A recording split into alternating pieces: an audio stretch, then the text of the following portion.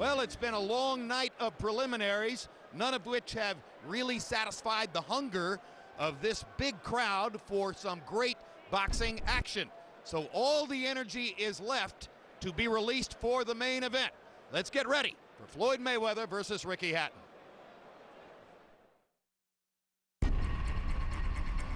Floyd Mayweather is the best boxer on the planet. For unmitigated brawling, there's only one Ricky Hatton. Together, they have created one of the biggest events on this year's boxing calendar. Both are undefeated champions. Both are coming off signature wins. Last May, Floyd Mayweather claimed the most important victory of his extraordinary career when he beat Oscar De La Hoya for a 154-pound title. Mayweather beginning to operate like a surgeon.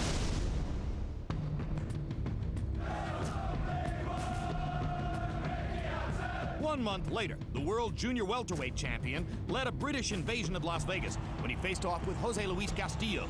Upward of 10,000 British citizens made the trip across the Atlantic, and they witnessed one of Hatton's finest performances. The perfect left hook to the liver ends the fight. I think you saw more action in these 4 rounds than you saw value for money in Floyd's whole career. I'll just leave it at that. When Hatton made the comment that he made on HBO, Floyd looked to me and said, "Make the fucking fight happen." The fight sold out in less than 1 hour. From the moment the contracts were signed, the biggest challenge of Hatton's career stared him right in the face. Are you willing to die to somebody? I'm willing to die. Are you? Can Hatton's relentless pressure solve the riddle so many before him have found impenetrable? Or will Mayweather dismiss Hatton in the ring as casually as he has dismissed him in the run-up to the fight? What makes Ricky Hatton any different from any other opponent that I faced? All of them got their ass spanked. He gonna get his ass spanked too. Tonight, they meet in Mayweather's adopted hometown of Las Vegas. And Hatton fans have once again crossed the pond in droves in hope of making Floyd's backyard Hatton's home court. Floyd Mayweather versus Ricky Hatton is finally here.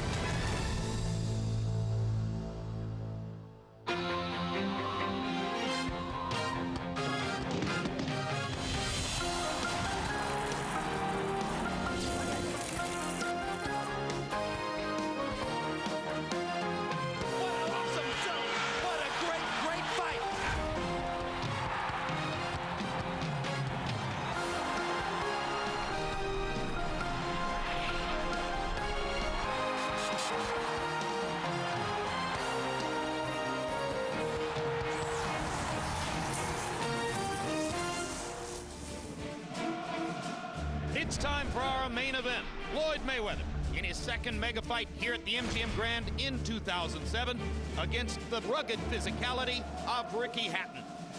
Mayweather versus Hatton is being brought to you by MGM Grand, the city of entertainment in Las Vegas. Rockstar Energy Drink, party like a rock star. And by HBO Pay-Per-View, the best in pay-per-view entertainment, brought to you by HBO.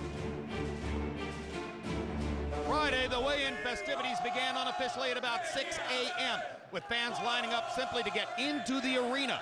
6,000 of them, predominantly Hatton supporters, sang, chanted, vocalized support for their fighter in one of the unique scenes to be seen at any weigh-in in our memory. There were a few Mayweather backers in attendance, including fellow Dancing with the Stars celebrities Wayne Newton and Helio Castroneves, plus a few young Mayweather-sponsored kids, but not enough to overwhelm the preponderance of Hattonites.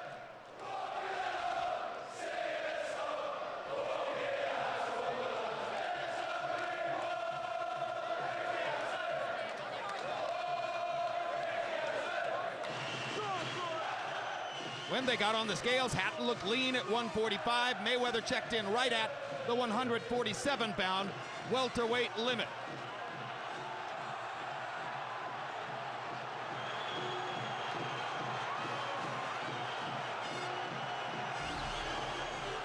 Ever since his destruction of Diego Corrales in 2001, Floyd Mayweather has generally been considered the best pound-for-pound fighter in the sport. The only real threat to that mythical title, April 2002, when Jose Luis Castillo bullied Mayweather around the ring before ultimately losing a disputed decision. We'll find out what Floyd has learned about infighting in the 5 years since that night. One question for Ricky Hatton could be, does he have enough experience against top-notch opposition for this? Hatton points to his wins over Costa and Jose Luis Castillo, but both those fighters were well past their primes, as Mayweather most certainly is not. And will Hatton be skilled enough and quick enough to deal with Floyd Mayweather's brilliance? He is about to find out. And now we bring you inside the arena, where it is an ongoing celebration of the presence of Ricky Hatton in the fight. And a question becomes, will Mayweather, with all of his experience and his skills, be energized in the right way by the crowd, which is going to be so overwhelmingly against him, or will it in some way throw him for a loop, causing him perhaps to make an error of aggression? Just check this out. It's an amazing scene, ladies and gentlemen. Unique in our experience in the sport, very much like being at a massive college football rivalry game, Harvard-Yale perhaps, Wabash-DePaul, Michigan-Ohio State, take your pick. Larry Merchant, second time this year that we've been here for a Floyd Mayweather fight of this magnitude. An unbelievably brilliant year in boxing in terms of great matchups. 6 months ago in this arena, Floyd Mayweather and Oscar De La Hoya smashed all records for financial impact, but they fell well short of creating the kind of excitement that a lot of people, particularly in the general public, had hoped for in the fight. Can Mayweather and Hatton reach more modest expectations here tonight? Possibly, but to predict it would be hope over experience. The hope that Hatton can pressure Mayweather into using the art of war more than the art of self-defense, at which he is so sophisticated and dominant, but which also frequently drains all the drama out of a fight. Whatever, we have this scene, we have this event, thousands of true believers hoping that their hero, their neighbor, their friend can somehow give a little bit of hell to a fighter, an American who thinks he is heaven sent. Nobody's been able to do that yet, Jim. And indeed, nobody's been able to do it largely because Floyd Mayweather is seen by many as the most brilliant defender in the sport. Emmanuel Stewart, Ricky Hatton is a dynamic inside fighter. What can he do, what must he do to break through the brilliance of Floyd Mayweather's defense, which has been mystifying for other fighters? Normally, I've always said that the guy that would be Floyd Mayweather would have to be a big welterweight. But the fact that Ricky Hatton is not a big welterweight, but Floyd is not big himself, I think Ricky has a better chance than the average guy, because not only does he put a lot of pressure, but he knows how to do things to neutralize the shoulder roll of Mayweather. And that's by not just coming directly in a straight line, attacking, using his feet, attacking Mayweather from angles, unlike what De La Hoya and the other guys did. I think Ricky's foot speed is something that people are underestimating, and the intensity that he fights with, which is unlike anything that Floyd has ever fought. He fights with the same intensity and emotion that the crowd that supports him has. But I think Floyd's superior skill would give him an advantage, but it's not one that I would be comfortable with if I was a betting guy. Comparisons continue to enter my mind. It's Army-Navy. It's Texas A&M when the game is played in College Station, and the Corps gets to do all of the stuff that they do before the game. It is really an amazing scene. So you've seen the ad hoc pageantry that surrounds us. Now let's begin the official pageantry with ring announcer Michael Buffer.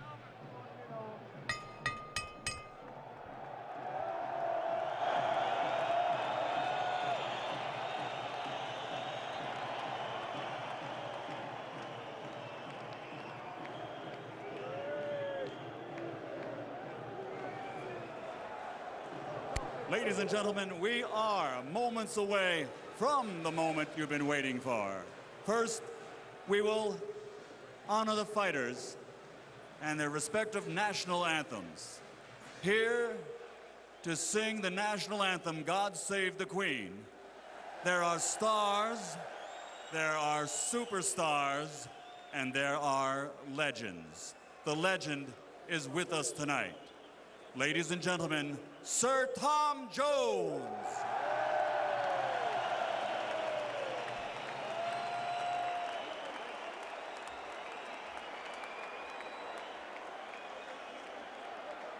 God save our gracious Queen. Long live our noble Queen. God save our Queen. Send her victorious, happy and glorious, long to reign over us. God save our Queen.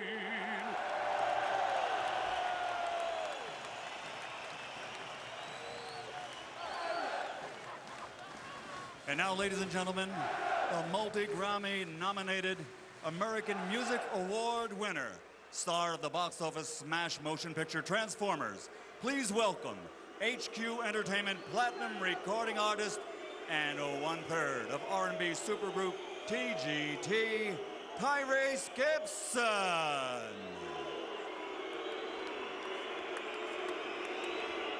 Oh, say, can you see by the dawn's early light what so proudly we hailed at the twilight's last gleaming, whose broad stripes and bright stars through the perilous fight, o'er the ramparts we watched, were so gallantly streaming, and the rockets' red glare, the bombs bursting in air, gave proof through the night that our flag was still there. Oh, say does that star-spangled banner yet wave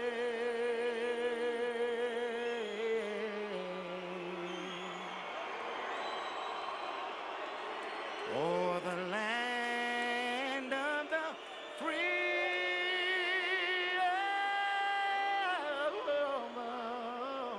and the home of the brave.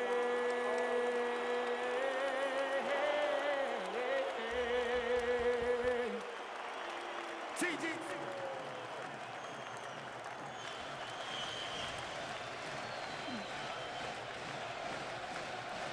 And the majesty of the fight draws a diverse group of celebrities. That's movie star Jude Law. Not far away from Jude Law in the crowd, Ray Leonard, who once fought a fight of this magnitude at the summit of the sport in September of '81 against Thomas Hearns, the man just to the other side of Jeff Wald there. Mark Cuban, Wayne Newton, and Helio Castroneves, the Dancing with the Stars trio, here to support their Dancing with the Stars teammate Floyd Mayweather. Tiger Woods is a big fight fan. So too is actor Will Ferrell. Mario Lopez is a denizen of the LA gyms, along with his Dancing with the Stars partner from last year, Karina Smirnoff, who was Floyd Mayweather's Dancing with the Stars partner this year. Denzel Washington makes it to many of the big fights. This is quite a diverse and star-studded celebrity group. Wesley Snipes just on the other side of Denzel here, closer to the camera. David Beckham is here to root, no doubt, for his countryman Ricky Hatton. Jeremy Piven of Entourage and movie fame, and CA agent Jack Tiernan is as good as his word. Brad Pitt and Angelina Jolie are both here, as Jack swore they'd be, and Gwen Stefani. No doubt it is quite a celebrity group. Hail of the tape for Floyd Mayweather and Ricky Hatton. A one-year age advantage for Hatton. They're virtually the same age. Ricky Hatton is listed at 5'6.5" and Mayweather at 5'8". Maybe they're even a little closer in height than that. It's not a huge advantage for Mayweather, but the arm length advantage could be significant. Rather unusual. 26 inches. Добрый вечер, друзья. Большой бокс на Первом канале. Приветствую вас в MGM Grand, штат Невада. С вами Владимир Гентель. Флойд Мейвезер 38-0. 24 победы нокаут. Рикки Хаттон 43-0. 31 победа нокаут. Победы говорят сами за себя. Их послужные списки говорят сами за себя.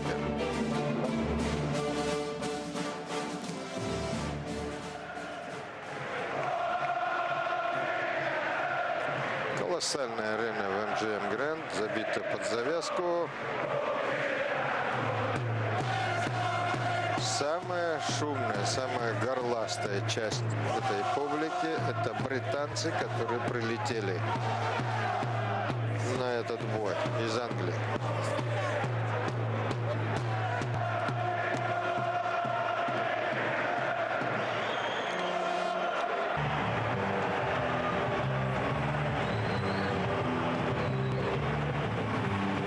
Главное событие вечера, а многие считают и всего боксерского года.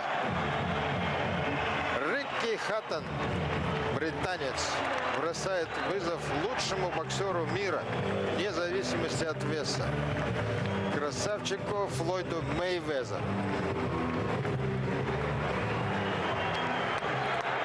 Вы знаете, в этом городе каждый день приземляется в аэропорту Маккарен 80 тысяч пассажиров.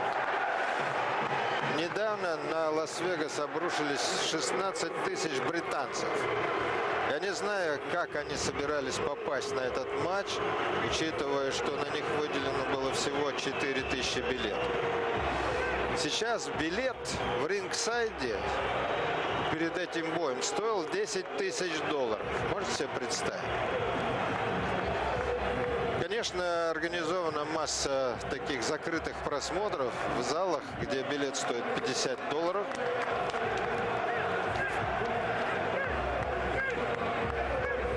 Очень много было сказано перед этим боем. Очень много предсказано было. Два предсказания могу вам напомнить. Костя Дю сказал: все считают, что Мейвезер должен выиграть этот бой. Если Рикки хочет выиграть этот бой, он должен действовать против Мейвезера так, как он действовал против меня в Манчестере. Майк Тайсон сказал: должен победить сильнейший, и это должен быть Рикки Хаттон, потому что я не люблю Мейвезера. Мало кто любит Мейвезера. Самого быстрого боксера в мире, гения защиты, боксера непобедимого, который не проиграл за всю свою жизнь ни одного боя. Флойд Мейвезер, его шикарные лимузины, его бриллианты, его норковые шубы, его заносчивость, его самоуверенность и иногда наглость, оскорбительная наглость, они восстановили против этого бойца очень много. Рикки Хаттон совсем другое дело. Он чужестранец в этой стране. Он британец. А вы сами знаете, как в Америке относятся британцы. Ну, к некоторым.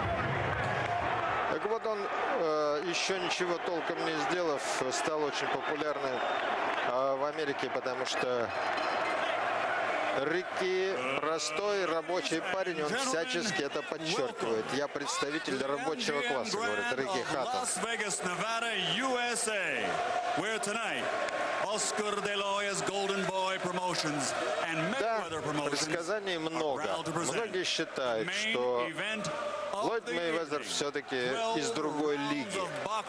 Он слишком быстрый, слишком умный, слишком острый для прямолинейного Рикки Хаттона.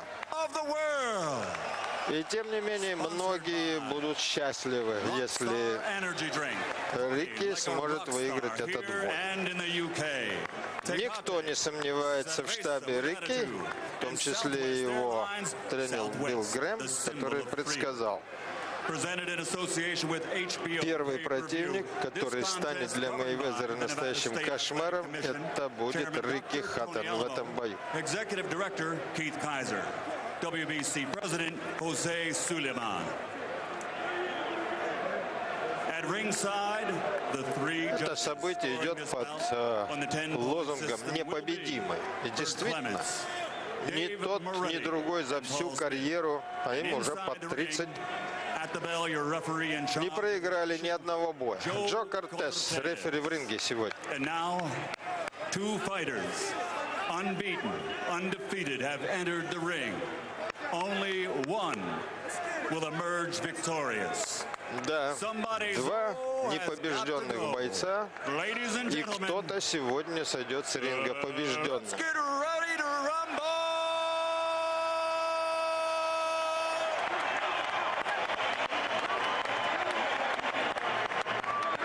Fighting out of the blue corner, wearing blue official weight, 145 pounds.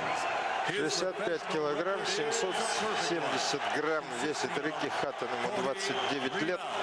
43 У него 43 победы, 31 победа нокаутом, 0 поражений. currently recognized by Ring Magazine as the true junior welterweight world champion. Presenting the challenger, the former welterweight world champion and two-time junior welterweight champion of the world, the undefeated fighting Да, pride of двухкратный Manchester, чемпион мира в прошлом. Да нет, трехкратный. В двух весовых категориях. Рикки Хаттон по кличке Хитман. Хитман – это двоякий такой перевод. С одной стороны снайпер, с другой стороны наемный убийца. Как хотите, так и воспринимайте. Флойд Мейвезер. 173 сантиметра рост, 66 килограммов. Тяжелее он немножко. А Хаттона 38 побед, 24 победы нокаут. Лучший боксер мира вне зависимости от весовой категории. Самый быстрый. Гений защиты, как его называют.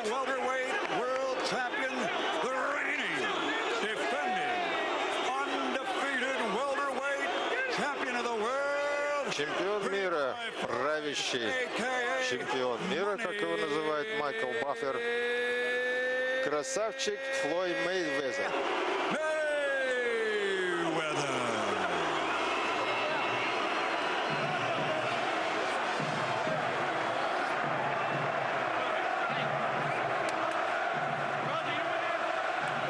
Надо сразу назвать несколько превходящих моментов, чтобы вы понимали, что может быть, помимо всего прочего. Первое. Рикки Хаттон очень легко рассекается. И это держит в уме Флойд Мейвезер. Он может рассечь Рикки и выиграть за счет остановки рефери. Но есть слабые места и у самого Флойда. Это его руки. Руки, которые у него часто ломаются. В общем, многие и эти факторы принимают в расчет. Тактика будет очень проста. Рикки Хаттон будет в атаке. Это боец, которого невозможно остановить. Невозможно.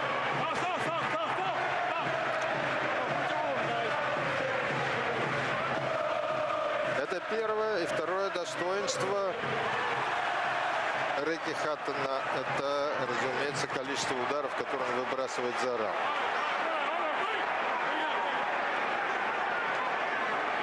Поэтому многие, зная великолепные качества Флойда Мейвезера, его чувство дистанции, его острый, быстрый джеб, его радар в голове, который просто, даже когда он не смотрит на противника, он чувствует, откуда ждать опасности, как уклониться, избежать ее. Многие считают, что в этом бою ему не удастся применить эти качества против Хаттона. Хаттон Хаттон – это бульдог. Железной хваткой, с очень серьезным ударом. Но, в общем, многие искусные бойцы доставляли немало неприятностей Хаттону.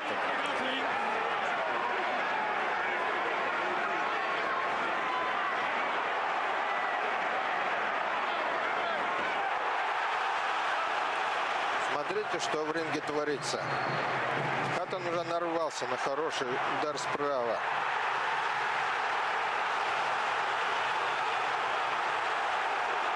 Мейвезер, который прекрасно умеет использовать чувство времени, чувство дистанции. Он, что называется, шкура, извините за грубость, чувствует и опасность, и свое положение в ринге. Мейвезер может лишиться этих преимуществ только при одном условии. Если Хаттон сможет сковать его, стеснить. К чему, кстати, британец и стремится.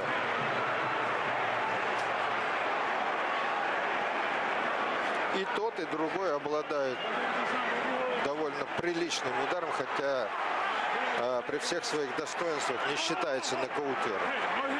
Но, тем не менее, процент побед нокаутом у каждого очень высок.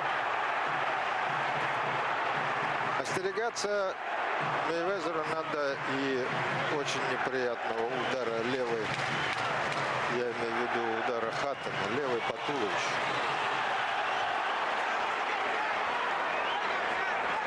Пока что удается выкрутиться и с успехом выкрутиться Флойду Мейвезеру. Дело в том, что все-таки Рики Хаттон предсказуемый боксер. Очень многие считают, что вот победа Хаттона над Костей Дзю в Манчестере, которая подбросила его, в общем, на самый, так сказать, высокий уровень мирового бокса,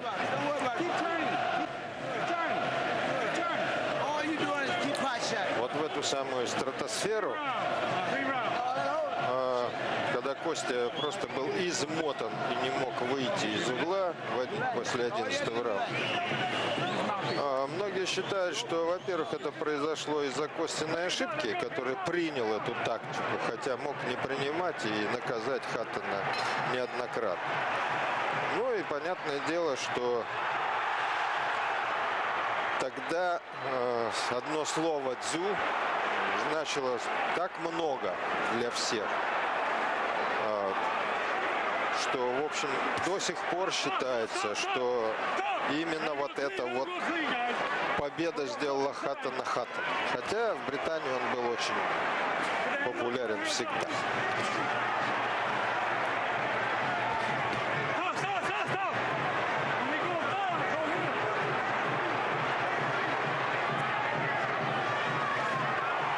Попадает Хаттон слева.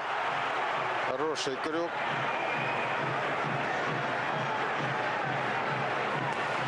Был случай, когда Мейвезер, в общем, оказался на грани поражения. Это первый бой его против Кастильо, которого, кстати говоря, потом Хаттон нокаутировал.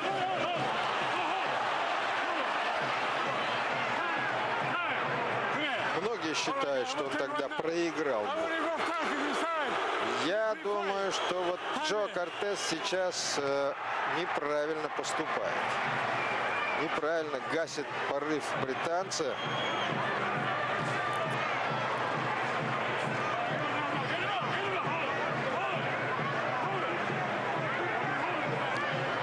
Вы обратите внимание, на кого смотрит Джо Кортес, когда делает остановку. Здесь оба виноваты, в принципе, в этой грязи.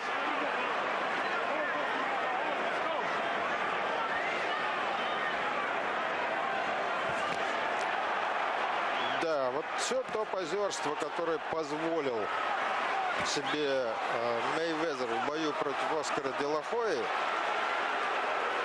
здесь не пройдет. На британского бульдога это не действует. Что это было сейчас? Это было попадание слева, и Кортес вмешивается и пресекает атаку британца. Некрасиво. Кстати, не первый раз этот рефери замечен в таких вот неприятных вещах. Я помню очень хорошо, когда он был в ринге в бою с участием Кости Дзю и Леонардо Масса. Костя тогда 4-жды сажал на пол Леонардо Масса, и в результате действий вот этого рефери была присуждена техническая ничья.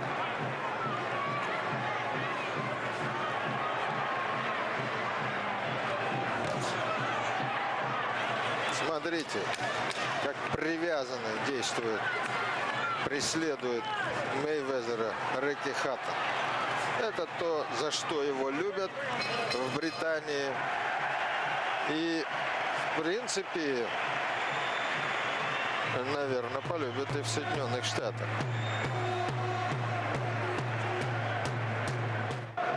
Костя Дзю сказал, Рикки должен действовать против Мейвезера так, как он действовал против меня в Манчестере.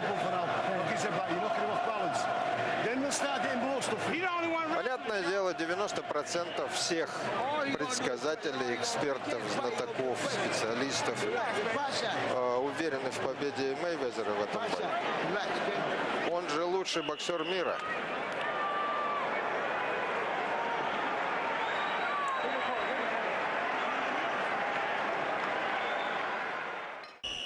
Roger just said exactly what I'd said. That's what he's doing, this pot shot. And he's landing clean punches and then tying him up right away, just enough to try to win points.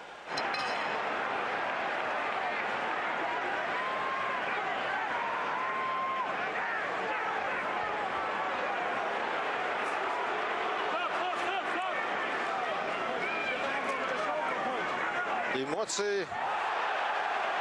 Много эмоций в этом зале сейчас. Почему Кортес все время вмешивается в тот момент, когда какие-то шансы появляются у Рикки Хаттона? Ну, я могу, конечно, это объяснить. Думаю, и вы тоже.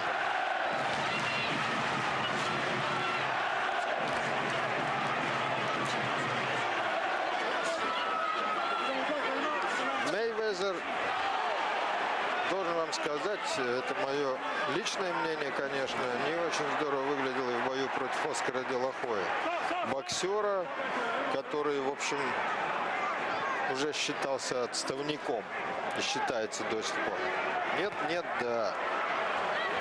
Оскар возвращается на ринг, но, конечно, это уже далеко не та звезда, яркая звезда. И вот Мейвезер пропозировал весь бой, он ничего толком и не сделал.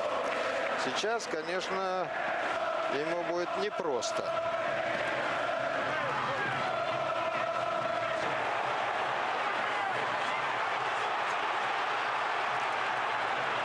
Поистине у этого Мейвезера действительно какой-то радар в голове.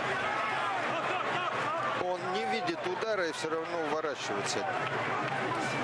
Фантастическое чутье.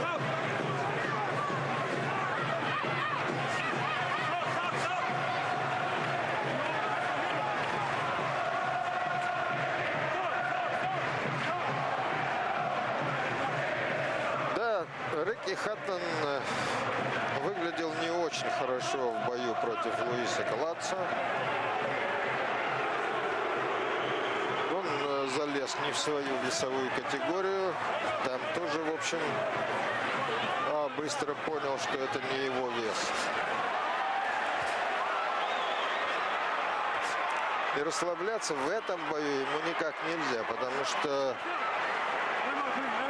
невероятно быстрый и ловкий Мейвезер может преподнести немало сюрпризов. Он может наказать совершенно неожиданный момент, как вот сейчас было, когда внезапно Мейвезер, который все время пятился от Хаттона, вдруг перешел в быструю атаку и успешную.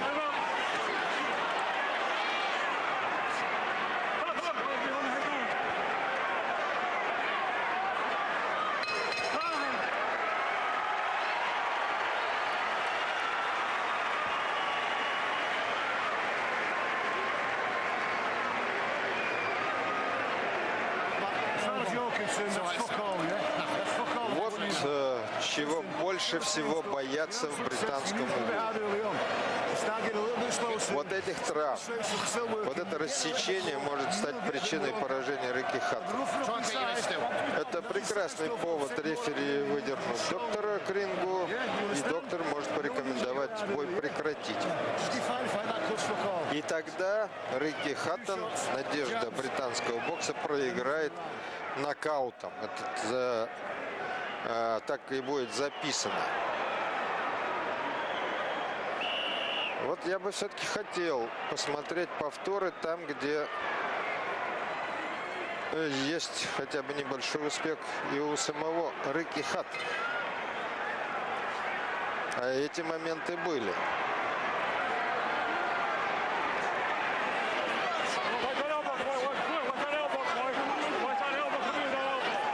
Раскрутка этого боя была невероятна. Помимо пресс-конференций в разных городах Соединенных Штатов и в Британии, была серия документальных фильмов, произведенная вот компанией HBO перед этим боем.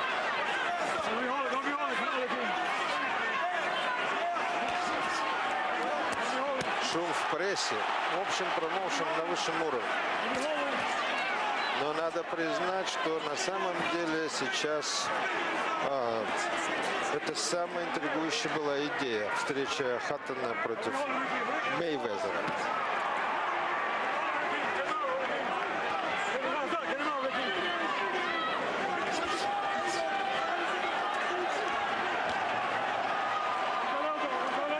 Да, честно говоря, я уже давно в таком положении Мейвезера не видел. В принципе, не видел никогда. То, что требуется.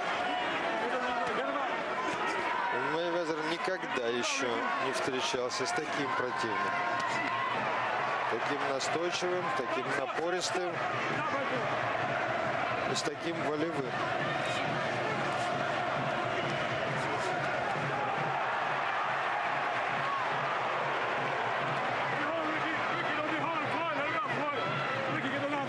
Все-таки Мейвезер действует точнее, приходится признать. Перед боем Рики Хаттон сказал, что я не буду попусту тратить свои удары, я буду стараться действовать точно, но пока не удается. Потом не надо забывать, Мейвезер способен подчинить себе противника. Навязать ему ту тактику, которая ему выгодна. Причем, в отличие от многих, Мейвезер способен эту тактику менять.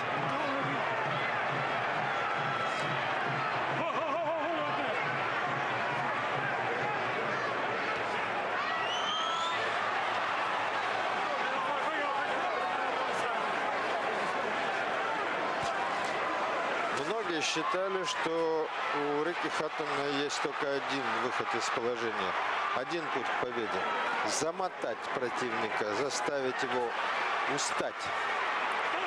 Рики в этом раунде напропускал уже столько ударов, что, в общем, хватило бы, наверное, иному бойцу и для победы. Но те, кто знает Хаттона, прекрасно отдают себе отчет, что все еще может только начинаться в этом бою.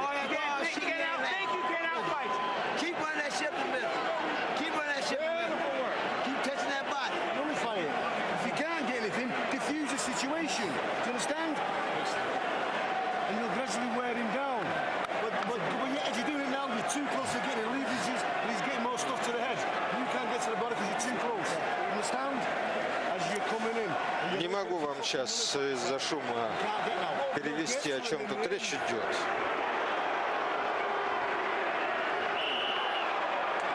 Да. Смотрите, сколько ударов пропустил Хаттон.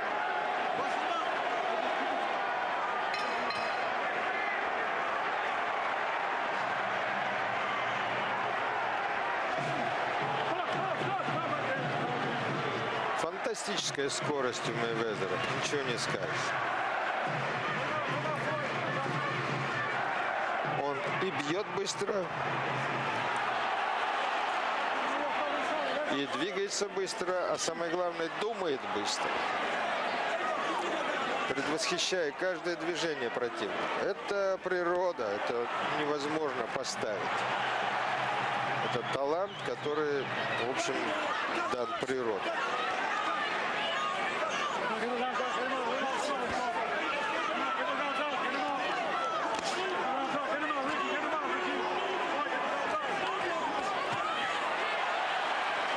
Дело в том, что вот сейчас, разглядывая, что вытворяет Хаттон в ринге, я никак не могу понять.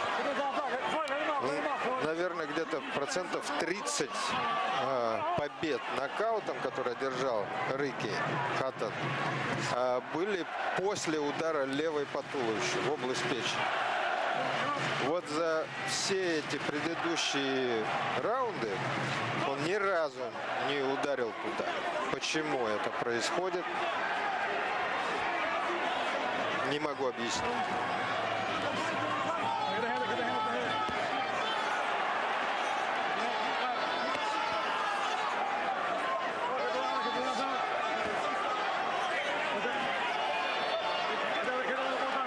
Как всегда, Мейвезер наговорил кучу гадостей перед боем в адрес Рики Хаттона.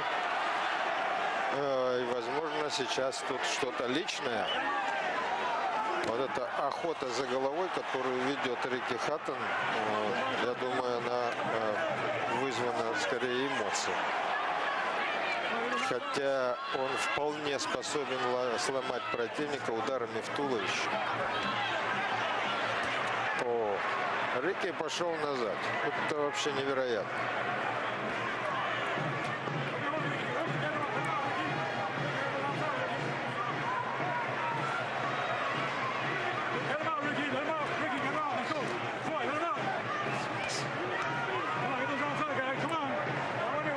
Конечно, Мейвезеру очень выгодно, во-первых, вязать Хаттона здесь, вблизи. Во-вторых, он прекрасно знает, напоминаю вам, как легко рассекается Рики Хаттон. Ему достаточно ударить вскользь по какой-нибудь брови, и все. Повод будет для вмешательства доктора. Ну, не надо забывать, что при всех своих замечательных качествах как боксера Флойд Мейвезер боец грязный. Вполне может быть таким, делает это сознательно. Достаточно вспомнить поражение от его рук любимца американской публики Артура Гатти. После команды «Стоп» он нанес апперкот. Он сначала наложил предплечье на шею, потом ударил. После команды «Стоп» вся публика была возмущена тем, что его не дисквалифицировали. Ну, а потом уже было дело техники. Добить потрясенного Гатти ничего не стоит.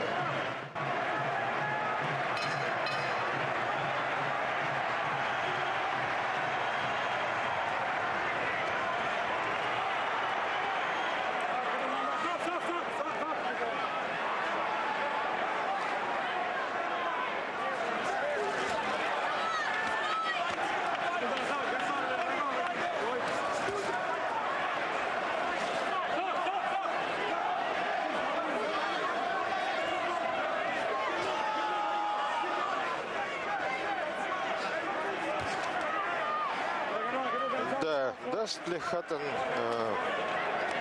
подурачиться своему противнику? очень это любит Флойд Мейвезер. Ему кажется, что помимо того, что он выигрывает бой, очень важно еще унизить противника.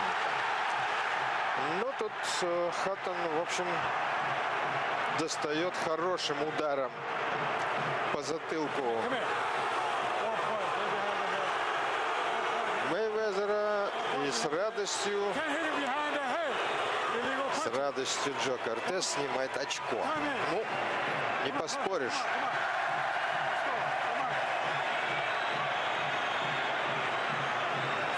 Конечно, прав.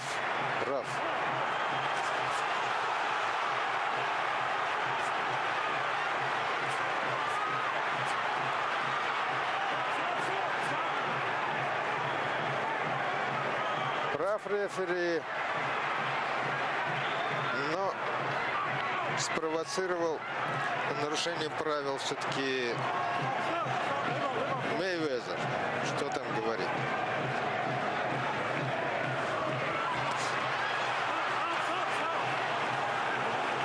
Стоп.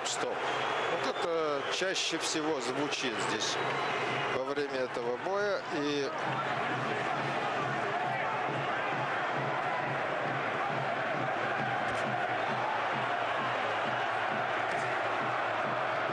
Мейвезер, конечно, должен попозировать. Что там говорить? Но Хаттон не даст ему особо разгуляться, потому что он и сам вообще грязноватый боксер. И на грязь ответить грязью вполне способен. Видите, что делает Мейвезер? Толкает в горло локтем. А Кортес этого не замечает.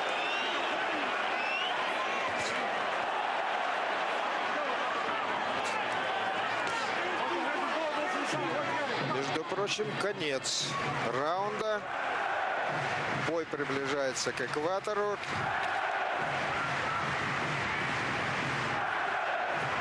Ничего нельзя сказать. Мейвезер всегда великолепно готов к каждому бою. Измотать его практически невозможно. Not going to be an easy fight to score. How's it coming in, right? And stop smothering your work. How's he feeling now? How's he feeling now? Tell me. Same? Or dwindled? Same? Right, he's really bit. Right, you've got 6 left, yeah? With a point off, SGO got 2 down, right? Hey, you know what? Get 2 down. That's with a point off. Need 2 down. That's with a point off. I'm telling you guys, I'm going to start taking some points. Okay?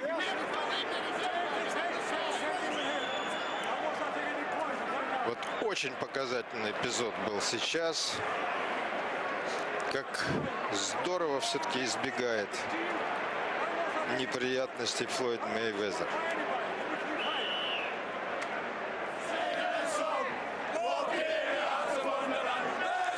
Да, британцы вторглись на американскую почву, в пустыню Невада. 16 тысяч бритов здесь находится, в этом городе. Не знаю, сколько их в этом зале.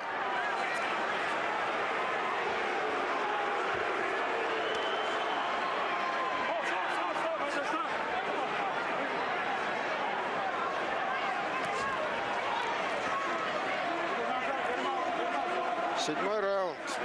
Мейвезер. Все-таки он диктует вот процесс, что называется, в ринге.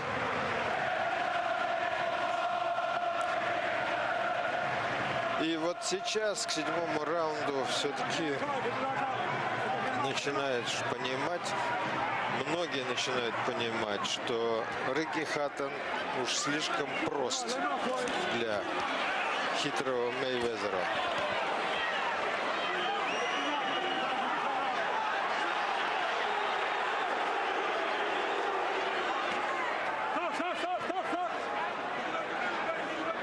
Да, у рефери хватает работы в этом бою, ничего не скажешь.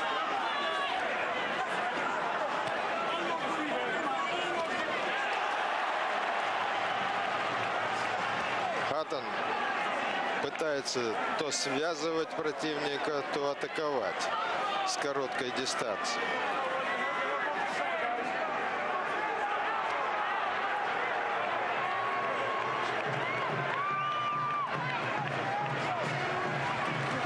Все прекрасно понимали, какой тактики будет придерживаться Рикки Хаттон. Он другой просто не знает. Он так себя вел в бою против Кости Дзю, он так себя вел в бою против других противников. Поэтому никакой загадки для Флойда Мейвезера он не представляет. Вопрос в том, так сказать, в количестве движений, будем так говорить, физическими терминами. Во-первых, Хаттон выбрасывает, мы уже отмечали, много ударов. И для Мейвезера наверняка была главная задача нейтрализовать вот именно эту сильную сторону британца. Погасить его, связать, не дать ему развернуться, что называется. Это первое. И второе, не дать ему действовать точно и прицельно. Хаттон вообще небольшой специалист по этой части. Конечно, его не сравнишь с Мейвезером. Но тем не менее, это как раз тот случай, когда количество бьет качество. Но в этом бою пока это не просматривается.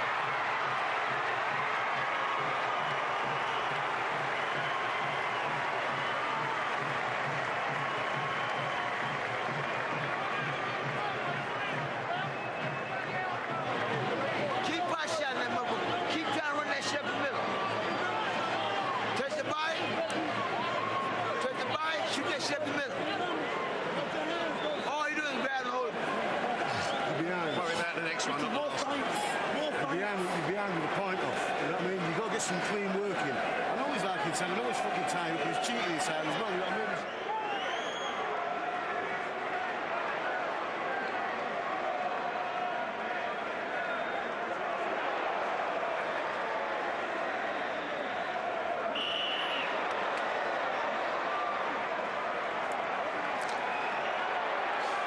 Вот так, если следовать логике телевизионных режиссеров, вот,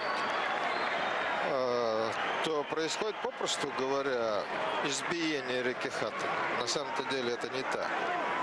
Если глядя на повторы, вам кажется, что тут идет односторонний разгром одного из боксеров. Увы, не так.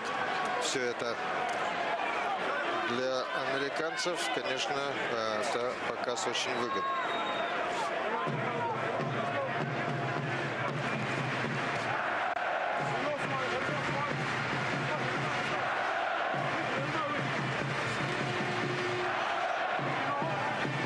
Очень многие бы хотели поражения Мейвезера.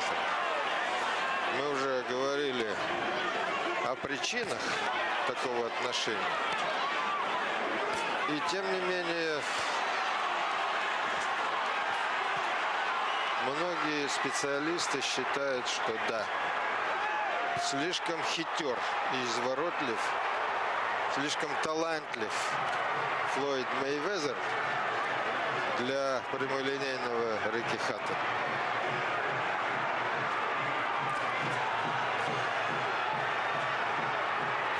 Флойд переходит в наступление. Вот он-то как раз и действует разнообразно и по высоте. Все эти раунды, предыдущие раунды, Рикки Хаттон охотился за головой Мейвезера. Он совсем забыл про главный постулат классного боксера. Это действие по высоте, варьировать цели, ну и так далее.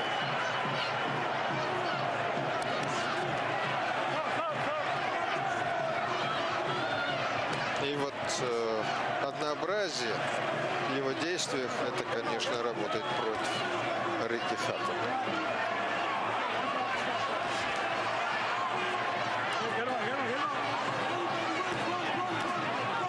Если в начале боя у Мейвезера были трудности с Хаттоном, то сейчас он его понял, он его вычислил И он действует с ним совершенно спокойно, по-свойски, что называется. Бьет на выбор, что называется. Он переходит в наступление и делает это настолько блестяще, настолько убедительно, уверенно, эффектно.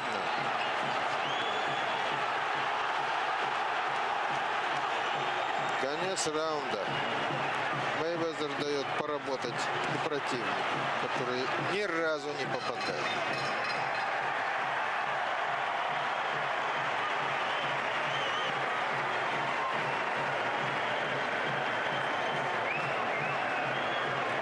Похоже, плохой парень выигрывает у хорошего.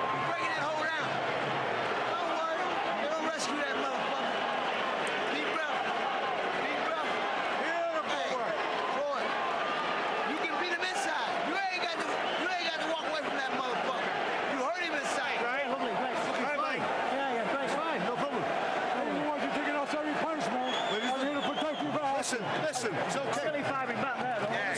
Listen, worry about doing a good job. Threshold, look, you're closing down, right? Just closing down. Да, вот против этого повтора не поспоришь.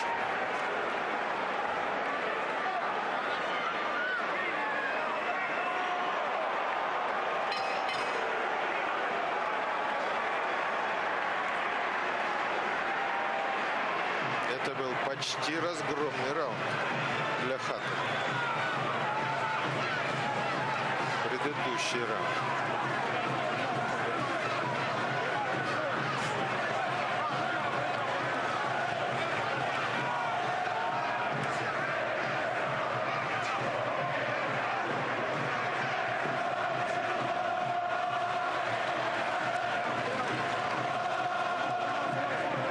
Чем дальше мы углубляемся в эту схватку, тем больше недостатков Хаттона выявляет его противник Флойд Мейвезер.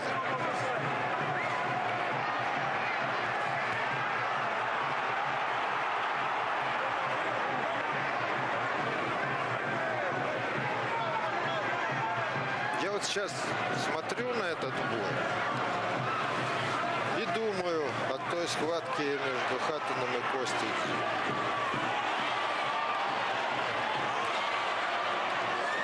Костя вполне мог делать тогда то же самое, что делает Флойд Мейвезер. Только не надо забывать, что у Кости удар-то потяжелее, чем у Мейвезера. Обмануть, провалить, заставить потерять уверенность. Все на эти вещи Костя Дзю был большой мастер. А уже всадить хороший удар в качестве наказания в этой части Костя был не Мейвезеру чита. Зачем он тогда принял эту тактику? Рики Хаттона до сих пор загадка для меня.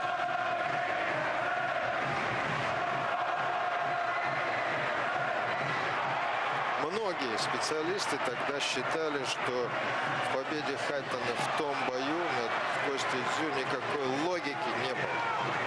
Там не было, попросту говоря, вот того доказательства, о котором говорили очень многие до боя Кости Дзю с Хаттоном, что Хаттон из другой лиги. Но вот Костик тогда сыграл по правилам этой самой второй лиги. Ну, что было, то было.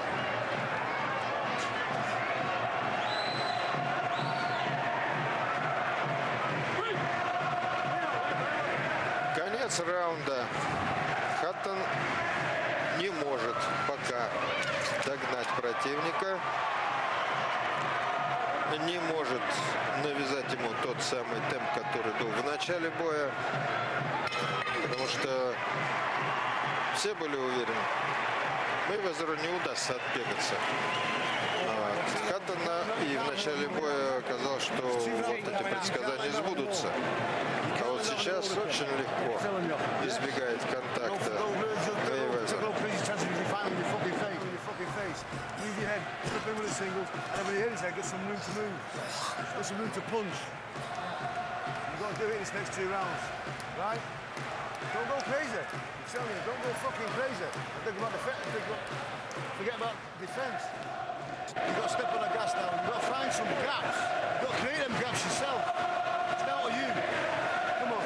You went with Islam, you took his best. Колоссальная поддержка у Рики Хаттона здесь, в Лас-Вегасе. Я вам говорил уже, сколько британцев тут спустилось на эту землю с самолетов. Но, похоже, как раз тот самый случай, когда поддержка не помогает. Вот это тот самый случай, когда стиль делает бой. Разница в стилях, верно. Это бойцы 2 разных стилей, и стиль боксера, а не бойца, здесь выигрывает.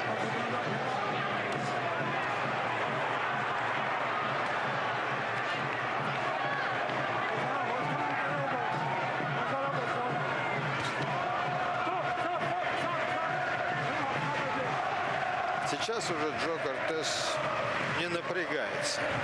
Ему не нужно создавать выгодных ситуаций для американца.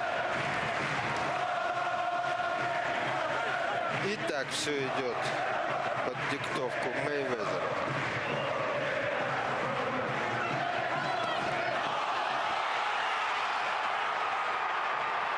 Да.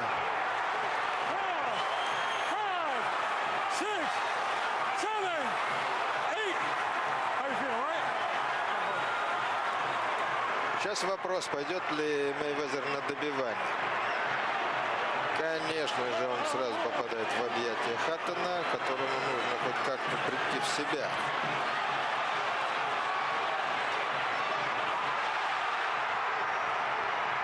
Все, выбрасывают полотенце. Британский угол.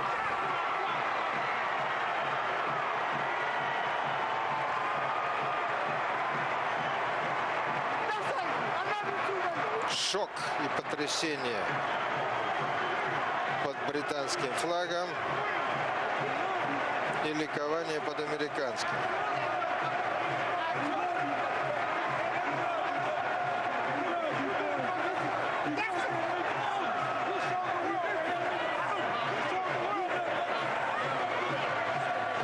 Вы знаете, даже в Америке очень многие, если не большинство, хотело победы Хаттона в этом бою.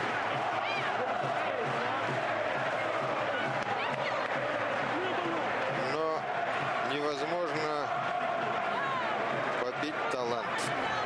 Такой талант, как у Флойда Мейвезера.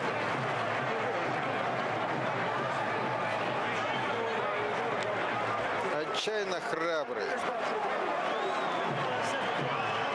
Абсолютно без страха и упрека.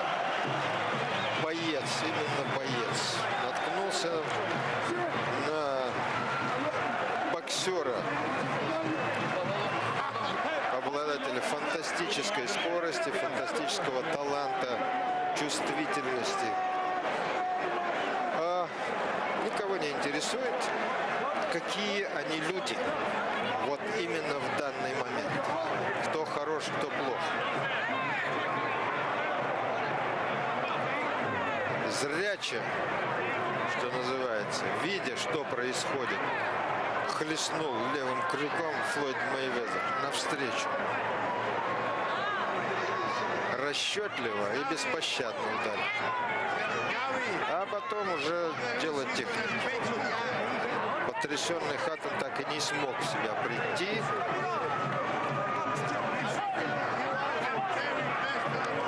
Да.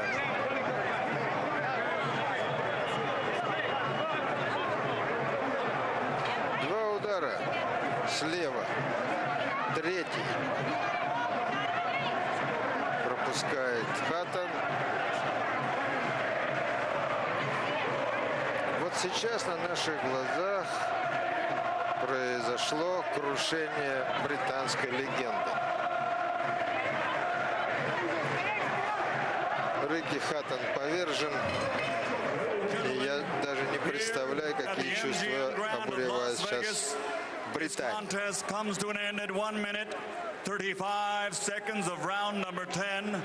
В 10-м раунде минута 35 секунд прошло 10-го раунда. Итак, лучший боксер мира Флойд Мейвезер остается лучшим боксером мира.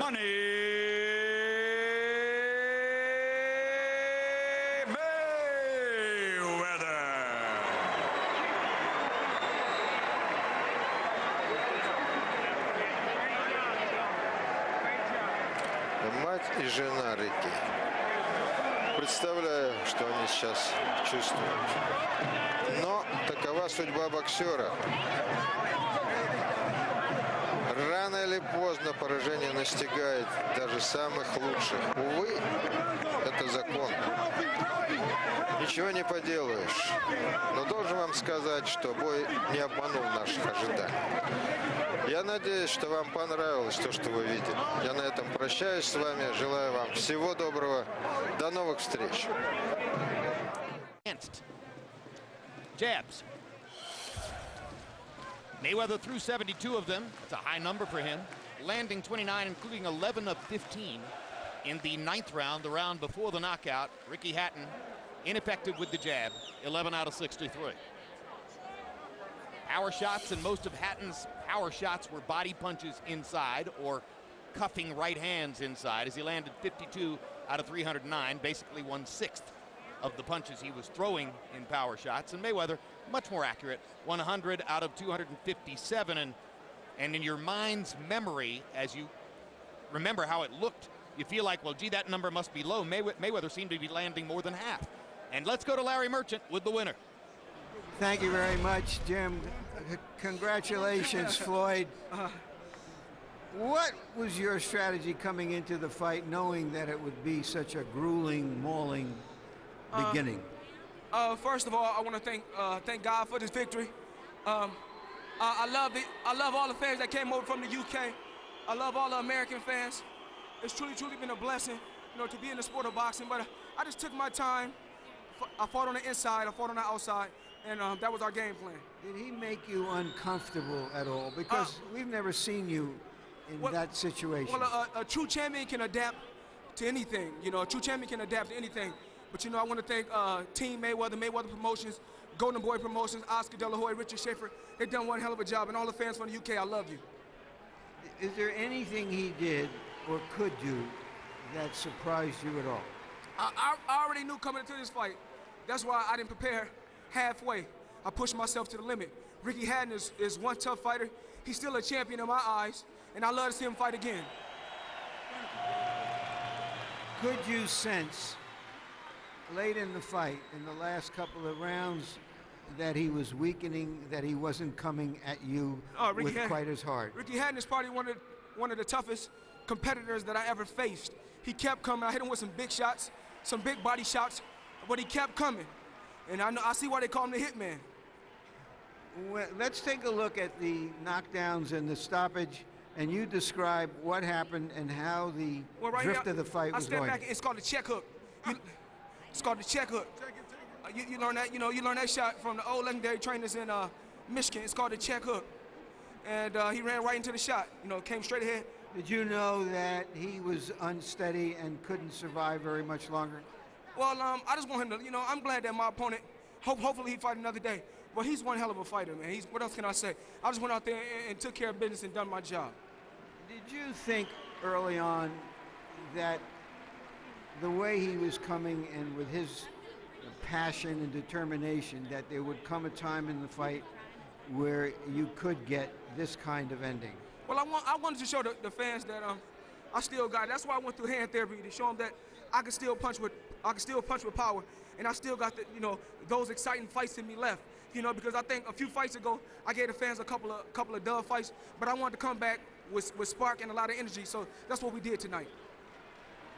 You said to us yesterday that you intended not to retire, as you once put it, but to take a long vacation. 9 months, a year. What is your feeling right now about the future? Well, thanks to Al Heyman, Leonard Ellaby, Golden Boy Promotions, and just one hell of a team. You know, what else can I say? They pushed me to the limit. They got me everything that I asked for. They got me, they got me two of the biggest fights in boxing history, and it's just truly a blessing. You know, now I need a vacation. I'm not trying to call out no welterweights. I've done what I had to do in the sport. I accomplished what I had to accomplish. Now it's time for me to become a promoter. So are you saying you're not going to fight a Miguel Cotto, a young, up-and-coming, strong fighter that a lot of people would like to see you in with? Miguel Cotto is one hell of a champion, you know, along with the rest of the welterweights. Shane Mosley is one hell of a champion. All the guys at welterweight and 154, and they are big champions. But I once said before when I talked to my team, I won't let the sport of boxing retire me. I'll retire from the sport. And I had one more thing to accomplish. I always wanted to go over to the UK and fight. I always wanted to go to the UK and fight. So since I couldn't go to the UK, we brought the best from UK, which is Ricky the Hitman Hatton. He's right here. Talk to him, Ricky. Come on over. Just this last thing, Come on over, Floyd. Ricky. You want to go down as one of the best or the best fighters around. The best fighters have always taken on all the challenges out there. Like a Cotto or a Vernon Forrest or a Winky Wright, whoever is out there, so that you can do your thing. I've done what I had to do in the sport. 6-time world champion, 5 different weight classes, 20 championship fights. I fought the best from all over the world, from De La Hoya to Ricky Hatton, and the list goes on and on. I have nothing else to prove to the world. Like I said before, I'm not gonna let boxing retire me. I'm gonna retire from boxing, and Golden Boy Promotions and Mayweather Promotions are the future of boxing. Thank you very much. Again, congratulations, Floyd. All right, Ricky.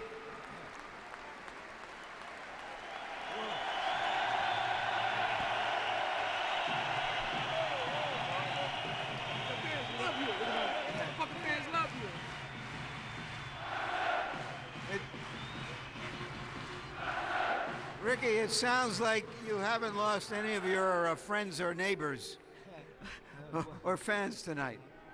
What a fluke that was.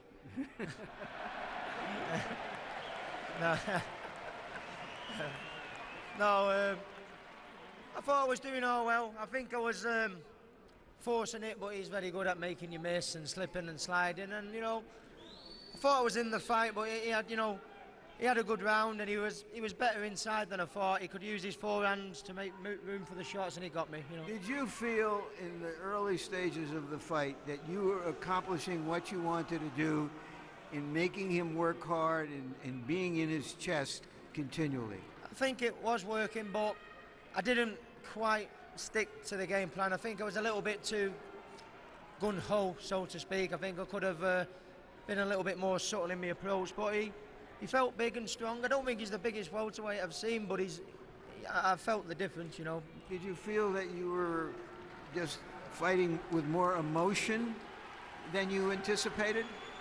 No, it's just, you know, I knew what the tactics were. I knew what the tactics were to do. I think when we spoke this afternoon and all the guys and we were talking, I think what I was doing totally made sense, but I just wasn't quite good enough to apply it tonight. When you almost knocked him down early, although it wasn't a big shot, he nearly went down. Did you feel, okay, this is going to go the way I think it should?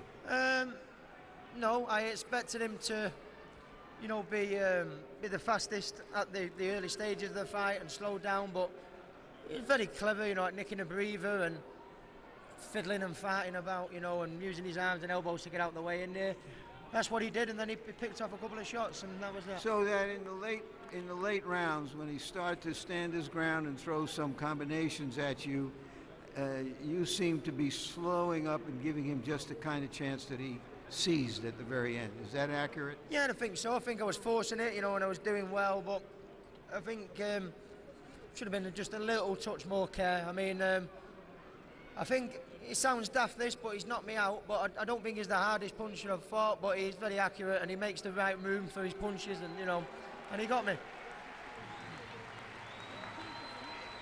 It's not easy from this position, but can you give us just a brief statement about what you think your future still is in boxing? Well, you know, it's a lot easier at this position than on the position I was on my back. But I think,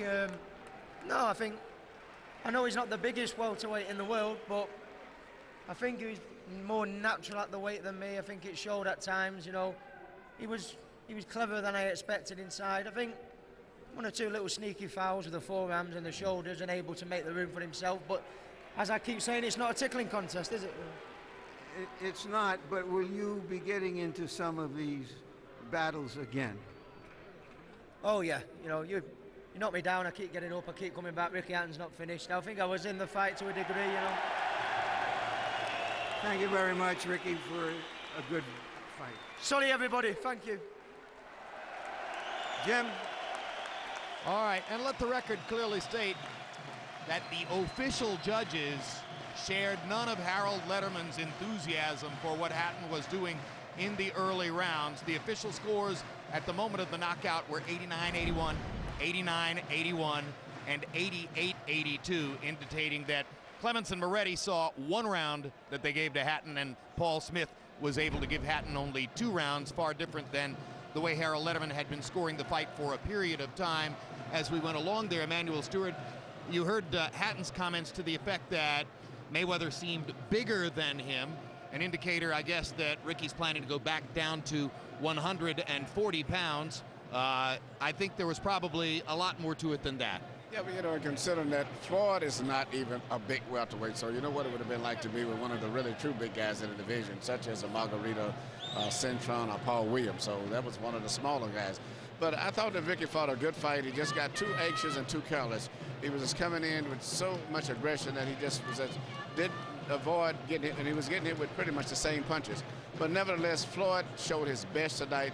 He's always been a good fighter. In fact, we were just talking to him, and he reminded us he was the first American to beat a Cuban in the International Olympic boxing in 20 years when he won his first fight with the Cubans in the 96 Olympics. So he has always been a good fighter, but tonight Ricky brought the best out in him. He couldn't lay back and relax and get away with a little safety move like he'd been doing with Oscar and the other guys. So it was a good performance all the way, and I have to thank Ricky for making him bring his best out also. Mayweather announced a retirement after fighting De La Hoya last May, and virtually nobody paid any attention to that. It quickly went by the boards. What do you make of Floyd's assertion to us yesterday that he isn't going to fight in either 2008 or 2009? He needs a break from the sport. Well, he's been very fortunate. He's been able to have 2 big money fights, made about $50 million in this year by fighting guys who he picked was big money makers, attractions themselves, and he really wasn't at high risk considered. Ricky was a small guy, and Oscar at that time had been inactive and hadn't had too many successful big fights recently. Now, if he goes on, he's going to have to fight the really true big welterweights. And I think that's not attractive because they won't bring him the money that he wants, and it's a much bigger risk. So I think the decision to take off for a while may be realistic in his plans. Paul Williams is 6'1". Kermit Cintron is right around 6 feet. Miguel Cotto is a bulky, hard-hitting welterweight. Those are the kinds of fighters who will remain in the division if Mayweather indeed chooses to go inactive for the next couple of years. Larry, it was the last of a series of huge fights on the boxing calendar this year. Never has it been more clear who's number 1 pound for pound. What are your other perspectives on what happened here tonight? Well, I think that we've been all calling for Floyd Mayweather, who is usually risk averse, to close the show. That's what the good ones do. And he closed the show. He hung in there in a kind of a scrimmage. Ricky Hatton looks like it's always 3rd down and 1, and he's trying to dive across the 1st down marker. And he hung in there with him, and at the end of the day, he had more athletic ability, and he's kept his cool. We've seen that before. He did what a fighter of his elite status should do in that situation, and we take our hats off to him if we had hats. Y'all better come over and let me get a little bit of this TV time. We were just you on we were just knocking you, Floyd, behind your back. We were just saying you I love look you guys. HBO, it's been one hell of a. Now, what's a Grand Rapids guy doing wearing these Ohio State colors, incidentally, here? You know? We wanted to do something different. We wanted to wear something different tonight. You don't never get a chance to get in there and interview me, even though, Larry, you do one hell of a job over the years. There's been a lot of ups and downs, but you're a good person. So I asked you a totally I'm so impertinent grateful. question, obviously. Oh, Hey, you know I know how to clean it up. heck of a performance. Thank Really you, sensational. thank you. I appreciate it. You know, Emmanuel said that Ricky brought out the best in you. Well, I guess he did. It was a heck of a All right, performance, thank you. that's for sure. All right. Well, as Ricky Hatton, also said that, Floyd Mayweather could make a Christmas tree look somber. I think they've seen each other enough for a while, despite all the camaraderie you saw in the ring afterward. This was the last live prize fight on HBO pay-per-view this year. It's by no means the last boxing available coming to you from HBO. We have boxing's best 5 nights in a row toward the end of the year, and there'll be plenty of other boxing material available on HBO On Demand. It's been a sensational year. Thanks so much for being with us, and this group will be back with you live in January. Meanwhile, Mayweather versus Hatton has been brought to you by MGM Grand, the city of entertainment in Las Vegas. Rockstar Energy Drink, party like a rock star. Cerveza Tecate, beer with an attitude. Southwest Airlines, symbol of freedom. And by HBO Pay-Per-View, the best in pay-per-view entertainment, brought to you by HBO. We'd like to thank the following internet partners. And so now for our entire crew, I'm Jim Lampley saying so long from Las Vegas, Nevada.